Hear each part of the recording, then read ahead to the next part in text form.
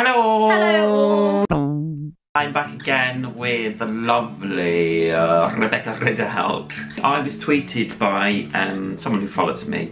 Her name is Kiara O'Neill. Hello, Kiara, and she sent me... Kira? That's how I'd say Kira. Kira. Hi, Kira! Anyway, she sent me a message and I asked if I could use it.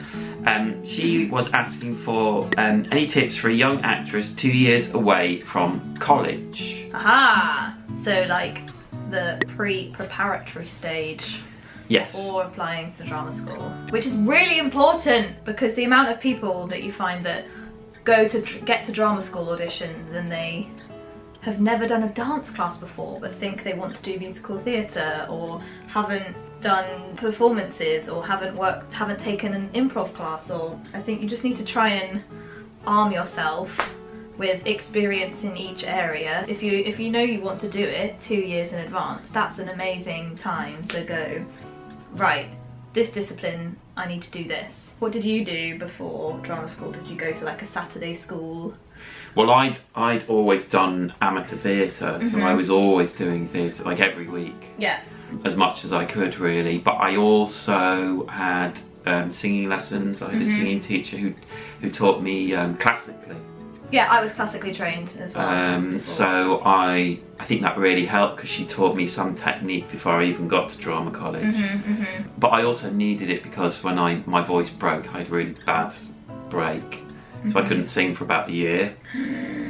But I was just really into music as well. Like I mean, you don't have to do this obviously, but I was playing piano, I was playing flute. Oh yeah, obviously in this day and age, actor musos are in very high demand. So if you do play an instrument, don't let that slip. I think my biggest thing would be if you're not actively doing anything in theatre that you should be. You kind of should want to, really, you know, because that's the whole point, obviously. Yeah.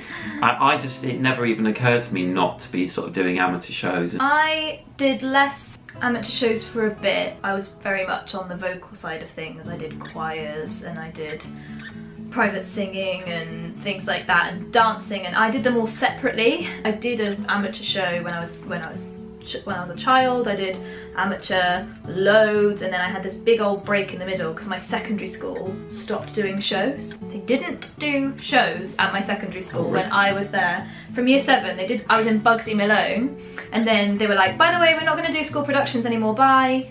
Down, down, down, down, down, down, down and up. I did a production of Bugsy Malone, an amateur one, and it was when my voice was broken, so I was Dandy Dan because I didn't have to sing. Oh, that's adorable. I like being Dandy Dan. Yeah. It's bad. He's hilarious. But then if you can get into amateur theatre, when I eventually did one the year before I went to drama school, I was like, why have I not been doing this the entire time? Because then when you get to drama school, everyone's like, I've done this and this and this and this and this, and I was like, I've only done Hairspray.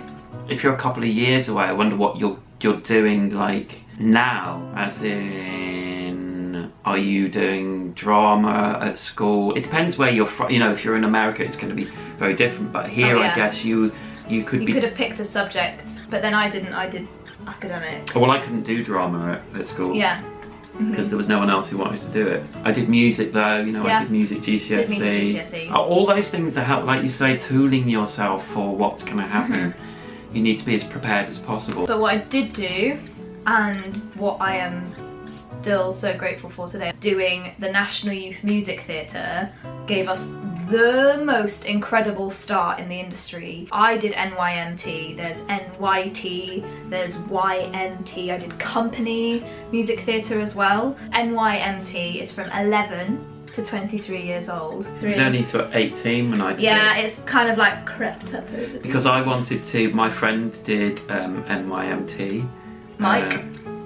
No, my friend Rachel, who now works in Las Vegas actually. She did Whistle Down the Wind, the first production. Yeah. And I didn't even know about NYMT. Yeah. So this is really good because if you're in this country, now you know about NYMT. I didn't know, and I found out when I was 18. No! And I went to see Whistle Down the Wind in London. Yeah. And saw Rachel, my friend, and made friends with lots of other people in the company. And it was so amazing Yeah. This is not Andrew Lloyd Webber's no, Whistle this Down is the Wind. Richard Taylor's Whistle Down the Wind. It's sorry, beautiful. Sorry, Andrew. It's so much better. And I saw it and I was completely blown away, and I was like, oh, why did I not know about NYMT? Why NYMT? I know, it's amazing. It gives you a very, very professional taste of the industry. I did West Side Story, and it was with Nikolai Foster, directed it, Drew McConey choreographed it, and Tom Deering musically directed it. And it was unbelievable. Mark Shenton said that he'd given the American tour a 5-star review the previous week, so that ours then had to be 10-star. Even if you don't get into the actual productions, they do summer schools, they do like audition courses. So if you've never auditioned for drama school, even NYMT audition days are an entire day and then a recall weekend, and so you get a proper taste of what auditions are going to be like, and you could be doing that in the years running up to drama school. That would be #1 recommendation for me, would be to do that kind of thing. There must be some in America.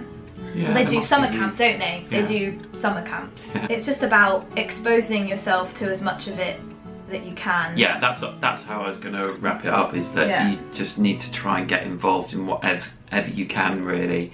You know, and we've said before, like, there's a video that I did with Rebecca before about audition technique. I'll put a link to it up there. But we were saying in that video, absorb yourself in stuff like read plays, you know, find speeches, find songs, go and do some dance classes. If you're doing that in the years running up to applying, you will be so on top of it when it eventually comes to it. If you know it's what you want to do, then you can just bury yourself in that world, really. YouTube is an incredible resource for just going, what do I love about musical theatre? And let me look at these incredible dancers, and let me look at these incredible singers, and learn from them and see what you want to do. Go, oh, that's really cool, I want to learn how to do that.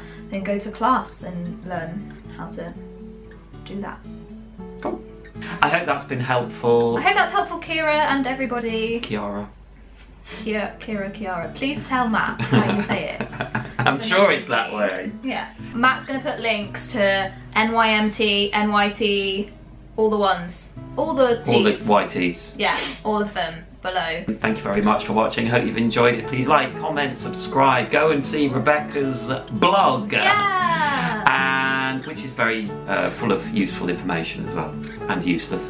And we will see you very soon. But until then, bye. Goodbye!